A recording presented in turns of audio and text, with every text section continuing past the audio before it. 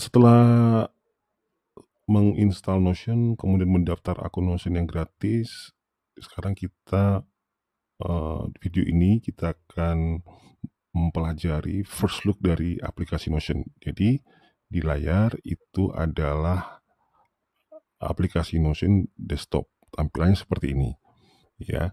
Default-nya seperti ini. Jadi, by default nanti akan muncul, eee 2 bagian ya. Yang pertama bagian kecil sebelah kiri kita sebut, left sidebar. Kemudian yang yang besar ini ya, kotak besar ini adalah tampilan utamanya. Nah, teman sekalian, saat kita membuka aplikasi Notion pertama kali akan muncul nanti halaman-halaman ya, sebelah kiri ini halaman-halaman yang sudah disediakan oleh aplikasi Notion. Jadi ada quick note, ada personal home, ada task list, jurnal, juga ada reading list ya, ini adalah default-nya. Nah, saya akan menjelaskan, apa, tampilan ini ya, mulai dari left sidebar ya. Jadi di left sidebar itu ada search, ada updates, ada setting and member, kemudian ada tombol new page. Nanti akan, di video berikutnya akan saya jelaskan lebih detail lagi ya.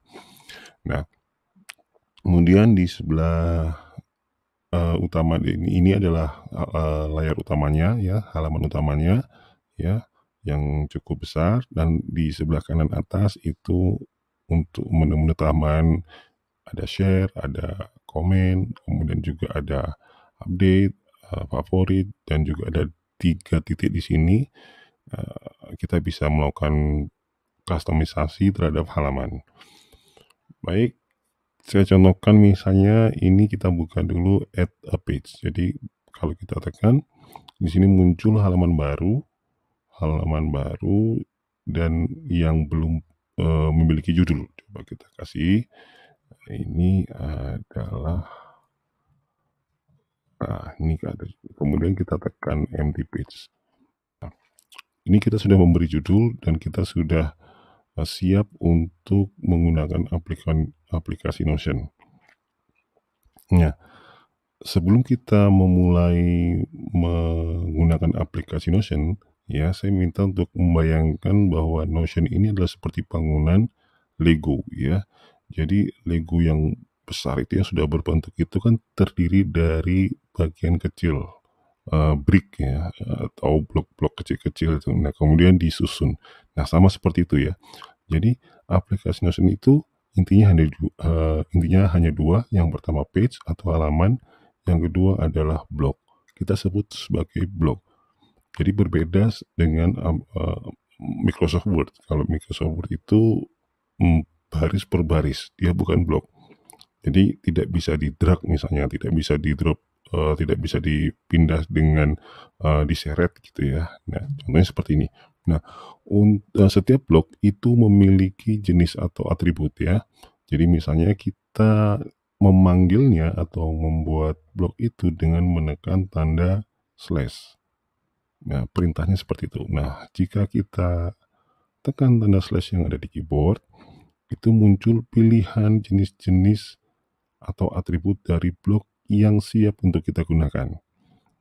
Nah, misalnya yang paling sering adalah teks. Kalau kita memilih blok dengan jenis atau atribut teks, itu akan sama seperti menulis di Words.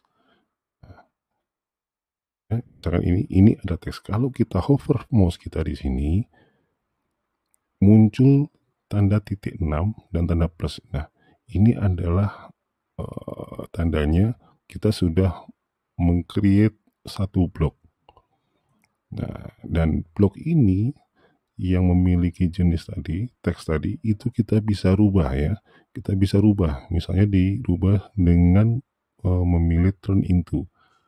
Bisa kita rubah, misalnya blok yang teks tadi kita rubah ya menjadi to-do list misalnya. Atau kita rubah menjadi bullet list misalnya. Atau kita rubah menjadi toggle list misalnya. Nah, ini adalah blok.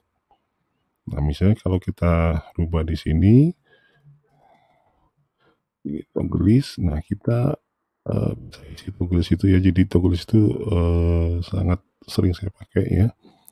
Itu kita bisa menyembunyikan teks dan menampilkan teks dengan menekan tanda ini ya. Nah ini berarti tandanya dibuka ya. Misalkan use toggle misalkan.